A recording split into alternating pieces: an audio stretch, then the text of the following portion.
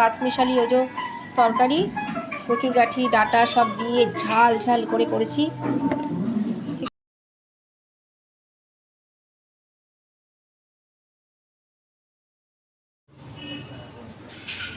আজকে যা অবস্থা না রান্নাঘর পর, কালকে আমার যে বাড়িতে ওই যে ঠাকুরের উৎসব ছিল, চারিদিকে দেখো ছড়ানো ছেটানো, রান্নাঘরের বেহাল অবস্থা। তার মধ্যে পরেই গোছাবো, কিন্তু ভাতটা বসিয়ে দিয়েছি এই যে। আর রান্না আজকে সেরকম কোনো ঝামেলা করবোই না, কেননা আজকে কিন্তু ডিউটি আছে। আজকে সকালবেলা যাইনি, রথের জন্য ডিউটির সময় হাজব্যান্ডের চেঞ্জ হয়েছে, তো সেই জন্য আমি একটুখানি ওদের জন্য মাছের ডিমের বড়া করব, আর আমার জন্য একটুখানি মুসুর ডাল ভিজিয়েছি, আর হচ্ছে কী করবো বলে তো, ডাল বসিয়েছি। আর বাজার এই করেছিলাম, সেদিনকে জল ঝরাতে দিয়েছি। দেখো যা যা আছে এখানে, এই যে দাঁড়ো ব্যাক ক্যামেরায় দেখাই, এটাই করব। আর হচ্ছে আর কি করব, আর কিছু করব না, কেন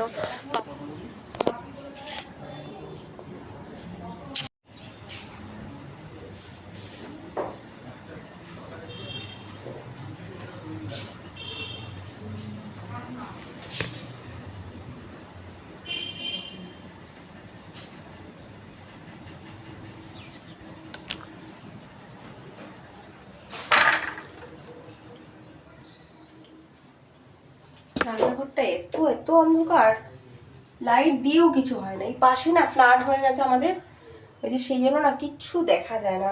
রান্নাঘরে ভিডিও করা মানে বেকার, একদম দেখতে কারো তোমাদের ইচ্ছাই করবে না। ঘরটা না ঠিক করতে পারছি সবার জন্য, যা হয় যৌথ বাড়ি, আর নাকি প্রমোটিংয়ে দিতে পারছি। এখন কেউ পারবেই না, সবার সব হবে, কিন্তু কেউ বাড়ি সারাতে পারবে না। বাধ্য হয়ে বলছি, করার আছে বলো তো, এত বছর হয়ে গেছে, আজকে বাবা মা নেই, একাই আটকে রাখার চেষ্টা করেছি। একা কি আটকে রাখা যায় বলো? বাড়িটা তো সবার, তাই না? যাদের বাবার বাড়ি তাদেরও হুঁশ নেই, আর যাদের শ্বশুর বাড়ি তাদেরও হুঁশ নেই। আমি আর আমার হাজব্যান্ড একা কী করবো বলো? সম্পর্ক খারাপ হয়ে যাবে, আগের থেকে অনেক খারাপ হয়ে গেছে। তাই ভগবানের ওপর ছেড়ে দিয়েছি, যদি ভগবান চায় তো ফ্ল্যাট হবে, আর ভগবান না চাইলে এটাকেই আমাদেরটা আমরা সারিয়ে নিয়ে অন্য কোথাও এক দু কাঠা জায়গা কিনে থাকতে হবে। আর কী করবো, থাকতে হবে, আর কী করবো? আর নাহলে ছেলের পড়াশুনো হবে না, বেশি খরচা করবে, ওর পেছনে তো আর খরচাটা কম না। মানুষের জীবনে এক এক সময় এক এক রকম আসে, জানো তো, কেউ বোঝে না, যার যার সংসার, তো তারাই শুধু বোঝে, যে চালাবে সেই বুঝবে, বাদ বাকি কেউ বোঝার চেষ্টাটাও করবে না। বারান্দাটা খুবই খোলামেলা, দেখো আমার, দেখেছো বারান্দাটা? আর ঘর দেখেছো কত বড় বড় ঘর। এটা প্রমোটিংয়ে দিলে তো সেটা পাবো না, তো সেটাও এখন রাজি হয়ে গেছি যে প্রমোটিং দেবো। লাস্ট ফিনিশিং কী হবে এখন সেটাও জানি না, দেখা যাক।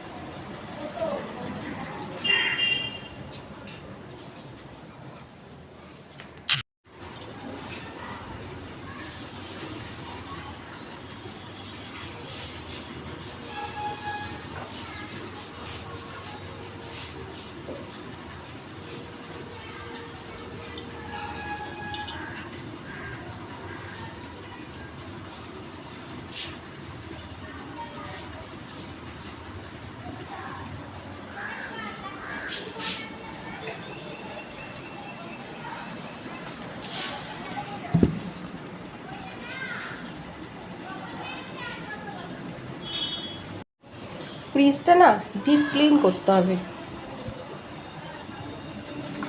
এখানে একটা বড় টিভি ছিল না আমাদের, দেখেছো তোমরা, যে এতটা এখানটা রাখা ছিল, ওইটাকে আজকে বিক্রি করা হয়েছে। এগুলো সব না ঘর পুরো জাম করে রেখেছিল। এটা এই দেওয়ালে একটা ছিল ফ্যান আটকানো, সেটাকে বিদায় করা হয়েছে। এই উপরে সিলিং ফ্যানটা, ওটাও খারাপ হয়ে গেছিলো, মানে খোলার সময়ের অভাবে খোলা হচ্ছিল না, সেটাকেও বিক্রি করা হয়েছে। ঘর দোরটা গোছাতে হবে, প্রমোটিং হোক না হোক। ফ্রিজটাকে ডিপ ক্লিন করবো বলে ফ্রিজটা অফ করে দেওয়া হয়েছে সব আজকে, কিন্তু অফ করেছি, মানে বরফটাকে গলতে দিয়েছি। আর এই দেখো কুমড়ো, জানো তো বর্ষাকালে কুমড়ো একদম দেখবে থাকতে চায় না। এই জন্য আমি যখন বাজারের থেকে সব ধুই, দেখবে বাজার থেকে যখন আনি, কিন্তু কুমড়োটাকে না আমি ধুইনি, নিচটা ধুয়েছি, ভেতরের এই জায়গাটা ধুইনি। এবার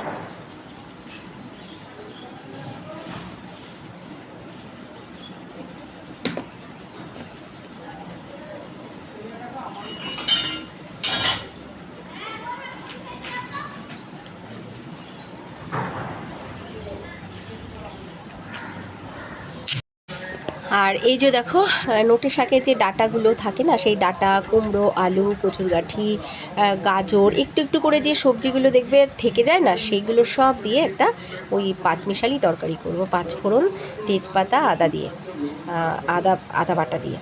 তো একদম ঝাল ঝাল করে তরকারিটা করেছিলাম, খুব ভালো লেগেছিলো খেতে। এই সব তরকারিগুলো না একদম শুকনো শুকনো করলে, জল ছাড়া, গ্যাস কমিয়ে কমিয়ে একটুখানি রান্না করলে বেশ ভালো লাগে, কোনো মশলা ছাড়াই যেন ভালো লাগে, আমার কাছে তো ভালো লাগে। আর এই দেখো এবার কি, আর এই দেখো এনেছে মাছের ডিম। তো মাছের ডিমের বড়া কিছুটা, আর জলের মধ্যে দিয়ে সে সেদ্ধ করে না, পেঁয়াজ কুচি, কাঁচা তেল দিয়ে একদম শুকিয়ে দেয়। আমার ছেলেটা খেতে খুব ভালোবাসে, ওরকম করে করব। এবার দেখো বটি দিয়ে না আমার যেন কীরকম, মানে আমি পারি না, গলে গলে যায় মাছগুলো। তো ভালো করে ধুয়ে নিয়েছি পরিষ্কার করে, কয়েকবার পরিষ্কার জল দিয়ে। এবার কাঁচি দিয়ে আমি টুকরো টুকরো যেরকম সাইজের বড়াগুলো করব তার থেকে একটু ছোট করছি, কেননা তেলে দিলে ফুলে যাবে। এই দেখো কেটে কেটে নিচ্ছি। তো এইগুলো না আগে আমি বুঝতে পারতাম না, যখন শ্বশুরমশাই নিয়ে আসতো ভালো হতো না। এখন খুব মনটা খারাপ লাগে যে বাবা যদি থাকতো না, তাহলে আমি এভাবে করে দিতে পারতাম। এখন না সংসার করতে করতে বুঝে গেছি যে কিভাবে কি করতে হয়, তখন হয়তো ভালো করে বুঝতামও না।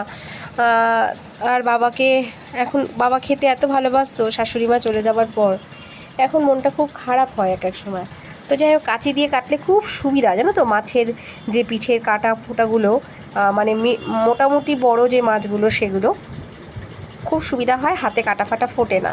তো এটা মানে আমার সুবিধা হয়, সবার কেমন হয় আমি জানি না, এক একজনের তো এক এক রকম মানে সুবিধার ব্যাপার আছে।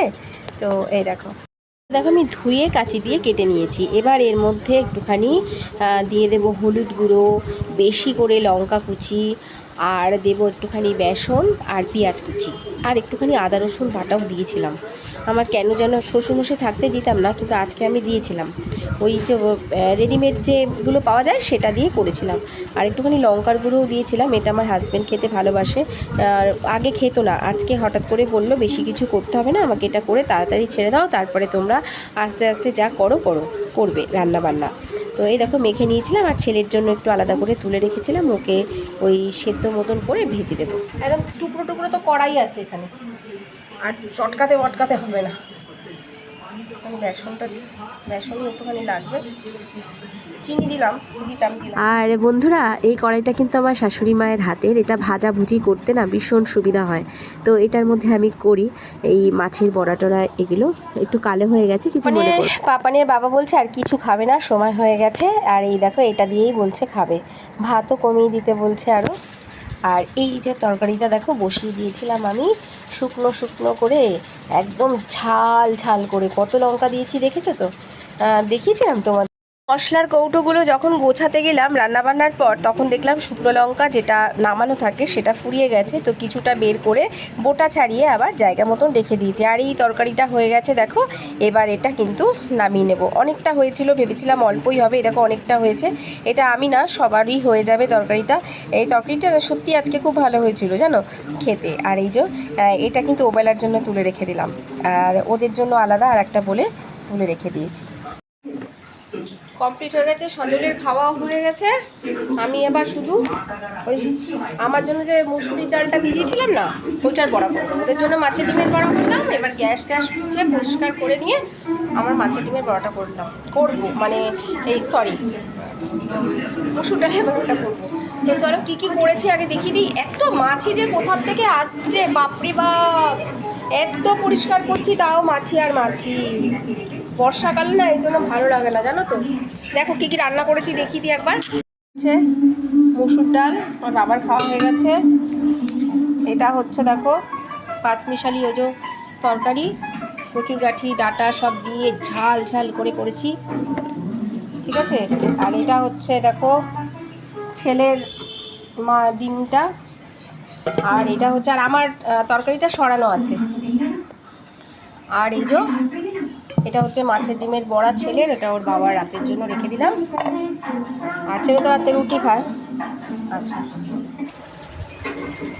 খেতে বসে গেছি, ছেলে ঘরে বসেছে বলে আমিও ঘরে বসেছি। চলো খেয়ে নিই।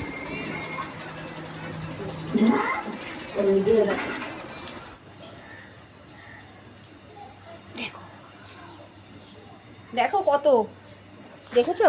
দেখো এগুলো সব ভাঁজ করতে হবে, পড়েছিলাম, শুকিয়েছি, এটা ধুইনি, এগুলো সব ধোয়া হয়ে গেছে।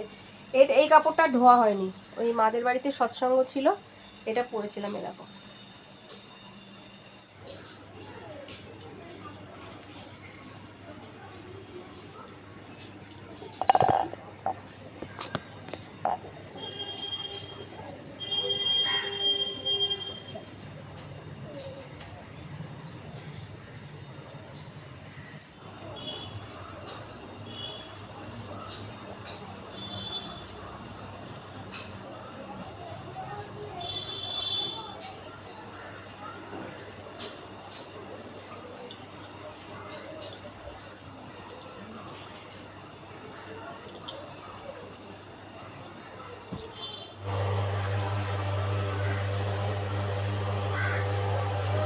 এটা না মেঘলা, জানো তো, এটাও একদিন পরেছিলাম।